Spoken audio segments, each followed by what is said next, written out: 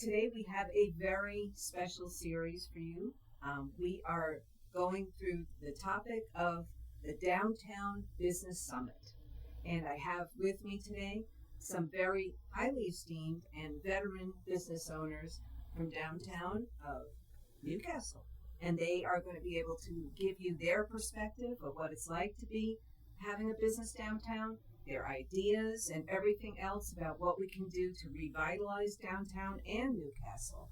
And it all comes from a lifetime of experience of being in here. And so please join.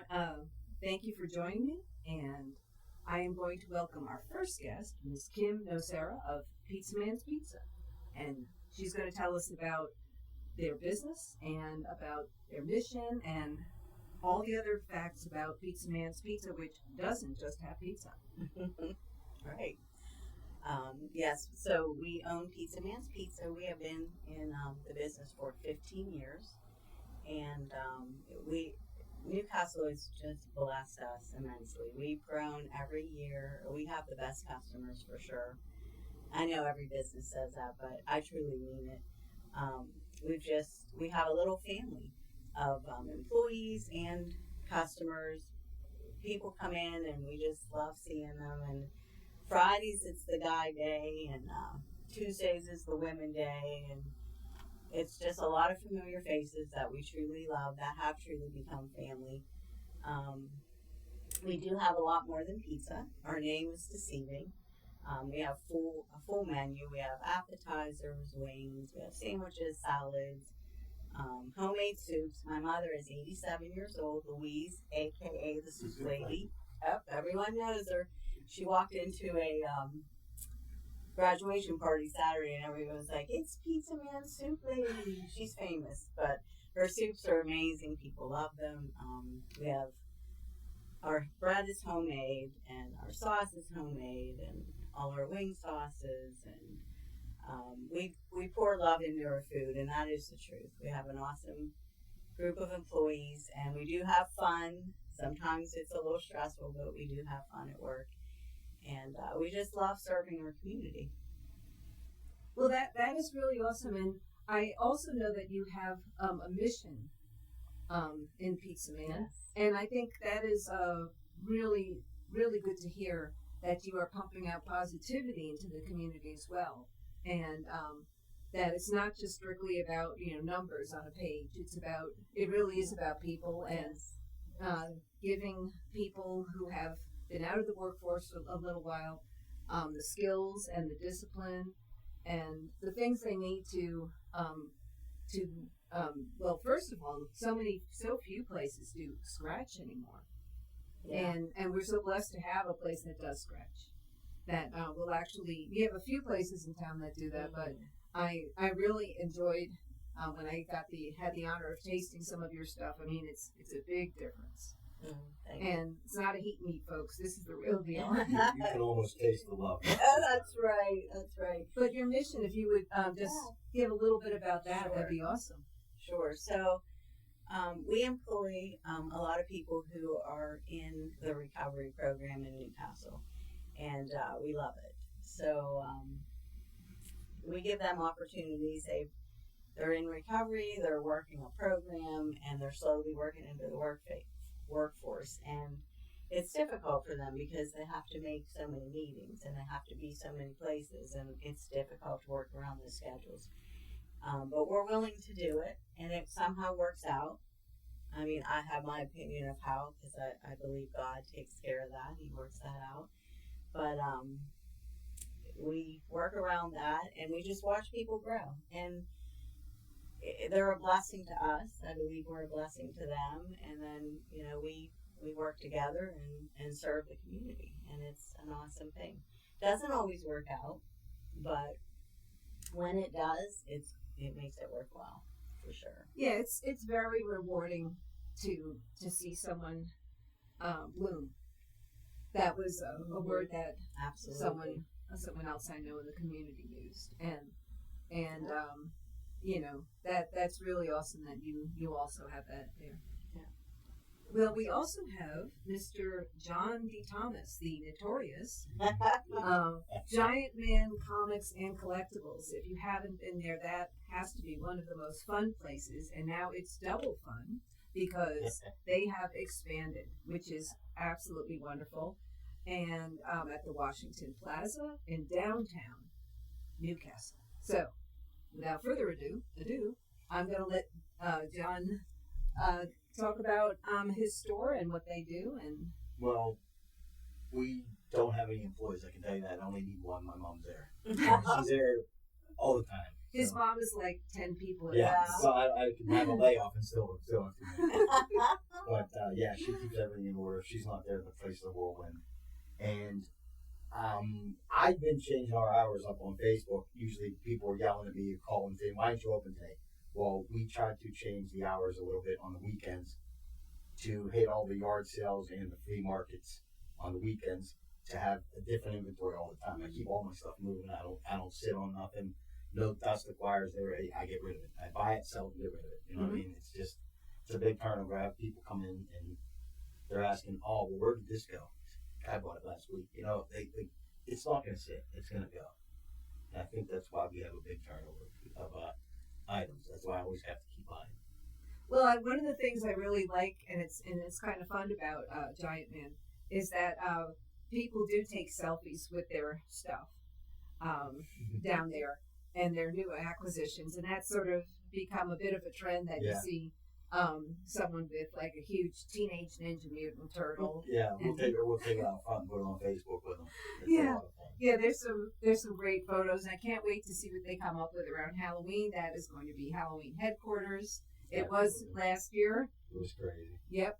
And then during the light up night and what is that? The light up night and Firework festivals. It's crazy. It's crazy. We're there till like 10, 11 o'clock at night. Yeah, but I know that, and in addition to that, do you tape your own podcast in the store? We do. We have an outside company, Your Podcast Studio, does it. And we do about once a month, or if we get a guest coming in to do a signing or something, we will do the podcast the night before. Well, I did notice that once because they do occasionally have celebrities there at Giantman Comics downtown, and when they are taping live podcasts there, so it gets kind of jammed. It does once in a while. And it's a lot of fun.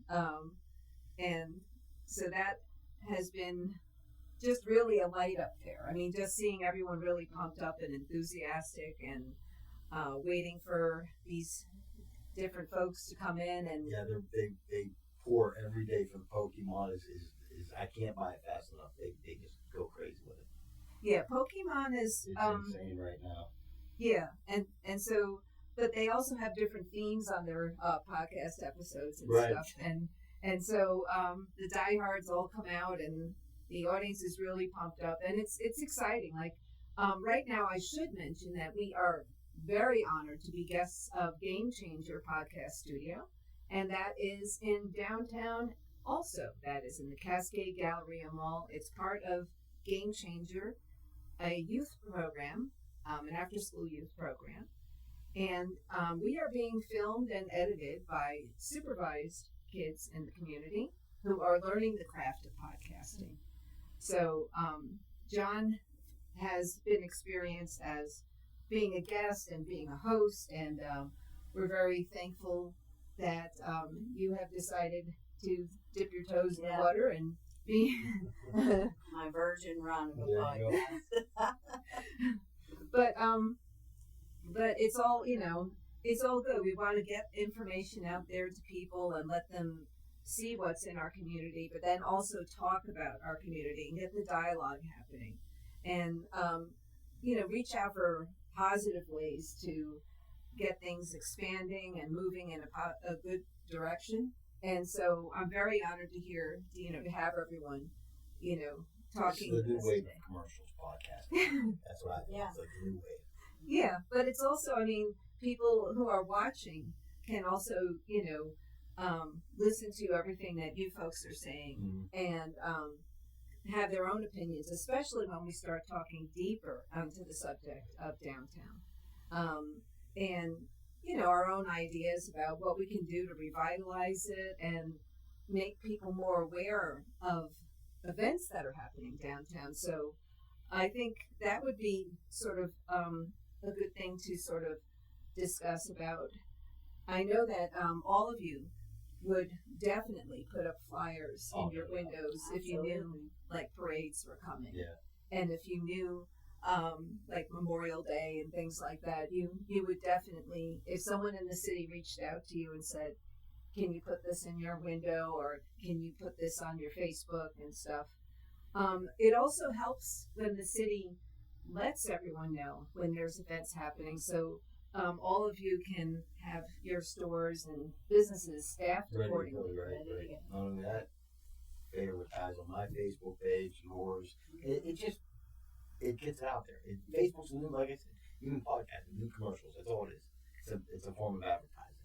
It is, and it's also like a form of networking because I could say that, hey, are you going to go to this parade? And then I can invite like 10 of my friends to go to the parade and things like that. And then we can plan where we're going to eat afterwards, or if we're going to buy a comic book afterwards, or sit on a piece of furniture maybe. But I mean, it's just a way for all of us to network, know what's going on out there, and participate in it. And so I think it's, I think we would all welcome more information.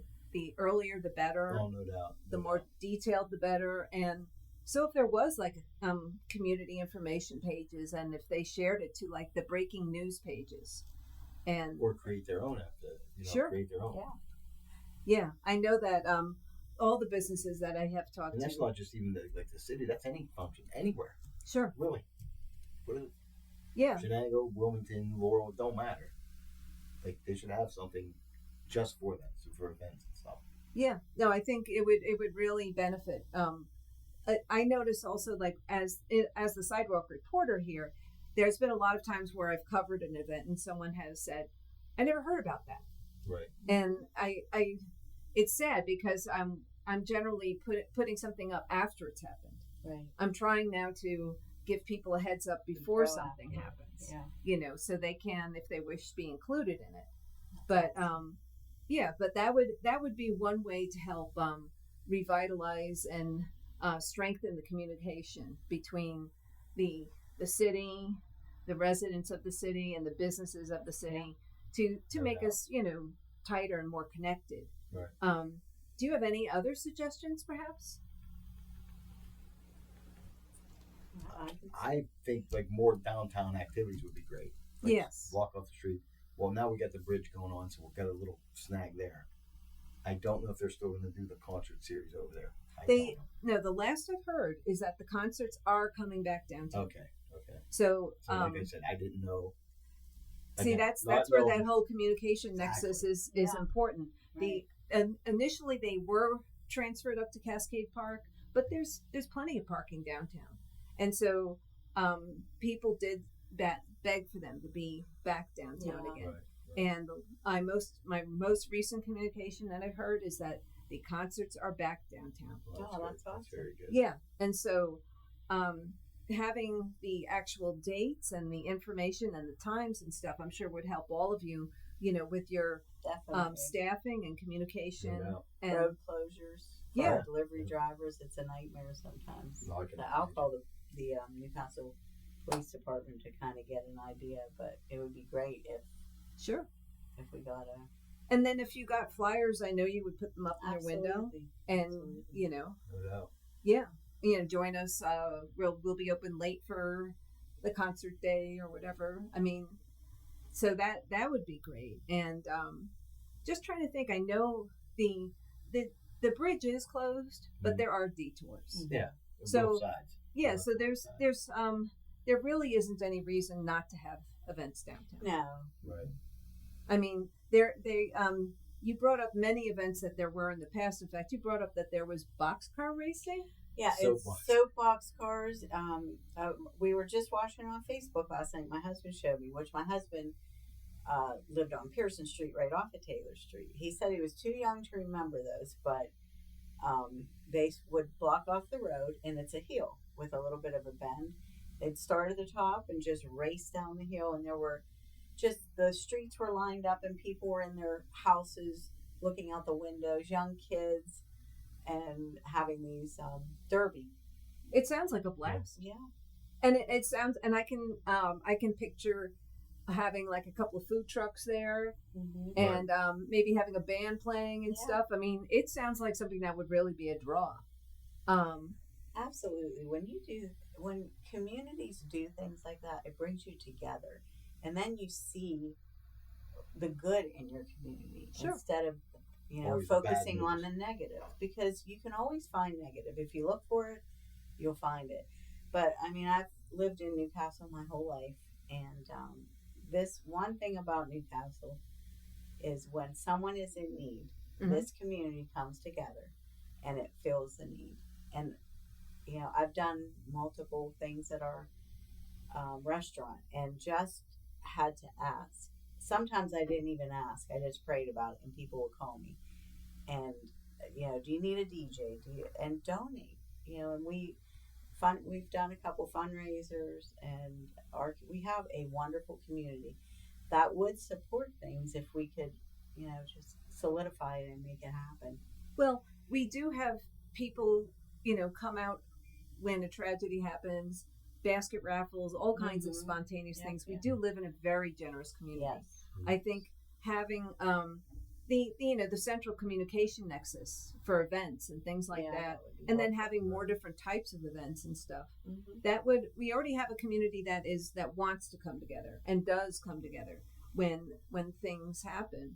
But we don't need a tragedy to bring people together. I mean, we can. It would be great to have that boxcar race and to have other sort of imaginative things. I know when the Y had the trunk or treat, that was awesome. Like, they had contests for people who had the car trunks and the candy in the car trunks and stuff. They did that across the street, am I correct? On the inner belt? Yeah. That's what I thought. Okay. Yeah, I thought that was really great because it's a safe alternative to trick or treat. No doubt. Yes. No doubt. And then the cars have a contest of who could dress their car up the best and stuff. So there was just it was just so much fun. And then costume contests for the kids, activities for the kids and stuff. It was just a great all around family day. I even saw dogs in costumes. Oh. So I mean, we saw some of the costumes. They came over and ate. So yeah. So I think the more events, the better. It helps to connect people. Yeah, absolutely. We don't have the room. There's a ton of room down there to do anything. There really is. And there's plenty of parking. There's really, we have it, and and then if there are things that need to be addressed, like if we need to have like only one side of the street parked on or something, that's simple. But I do think that people do want to come together. They don't want to drive to another town. Absolutely. Yeah, they and it would also stimulate the area here, and we could possibly get new businesses or potential for new events and stuff. Yep, no doubt. Yeah. And then we have beautiful historic buildings that have so much charm, and if we could bring those back and utilize them for different things, like that beautiful post office building that's just rotting. It breaks my heart when I look over there out our window. I actually talked to a couple of the city councilmen about, why can't we invest in that as a city and then get sponsors in our bigger businesses in town, hospitals and banks, and we have some bigger businesses that I know use us a lot. They have several different places that we deliver food to. There's businesses that I know would love to see us bring the city back to life. Utilize that building to make a beautiful little science center for attraction for kids, like the one in Youngstown. It's called Oh Wow, and our kids are bused over there. Well, we have so many schools that would utilize that. Science center's a great idea. It would bring jobs for our older youth. It would provide places for the younger youth to go on field trips. It would then bring people into the community that would utilize places like John's and our restaurants and the many restaurants downtown that are coming in or have been there. I mean, there's beautiful buildings or a sports complex. Put a sports complex in one of them. I think they would get utilized if we could do it. Well, I think it's it really is a matter of just saying, okay, let's not look at the negatives. Let's look at the potentials. Yeah. And then, then you can go from there. Then you can make a list of like, who do we call and how do we make this happen and stuff. And it gradually, there's other towns that have done it. There are people who have made a list and then gradually started to check off things on that list to make things happen. And so we don't have to accept, decay and accept that this is the end. Nothing's going to happen. We can try to light a match. We can. And I will say that a couple years ago, they went around to some of the businesses. We were one of them. Who they gave us applications for a small grant, which they matched what we put in to do a facade upgrade. So we put the little black awning around our building, which made a big difference. And that was downtown, the city that came and talked to us about that. And it looks so nice. It did upgrade the facade. So they are, I think the city does want to see improvement and they're trying to do things. And I think we have a lot of potential that we could really, really change things to the way we grew up. Yeah, I mean, when this little mall was bustle. Here it is. Like, we watched this place deteriorate. I used to live there. Well, the former building of the Newcastle News is in pristine condition. And it's empty and it is just beautiful. And now you got Rite Aid moved out down there, another empty place. Right. I mean, there's a ton of empty places. Yeah, and those are just from the past few months. Yeah, and and they're both rock solid. And so there are places that are right in the heart of downtown, right by the bus stops. Yes, it's not a shortage of locations. Yeah, really not. Yeah, and those are two examples that are in perfect condition. Right. I mean, they were just recently being used and stuff. Right. I know that's people do make the argument about some of the other buildings, like, oh, that needs to be fixed up. But we do have examples of buildings that do not, really don't need. Wouldn't take a whole lot. No, and just a lot of ideas, but and most of all, the public would really love to see it. And I know in some of the other towns, there's such a variety in downtown. And here we have a great variety. I mean, we have a lot of small businesses that have stuck around and hung on for a long time. And so bringing in other things that are a little different, not necessarily, nothing against dollar stores or vape stores, but something a little different. And like, I love your idea of a sign center. I mean, that is awesome. These are just great things that are different that would, make a little bit of a change. Sure.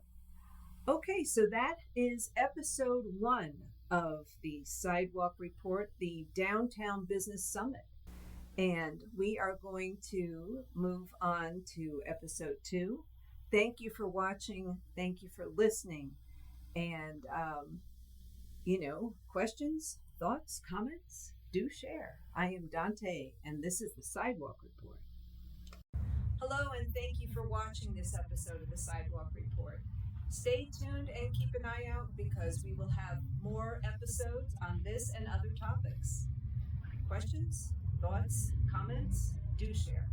I am Dante, and this is the Sidewalk Report.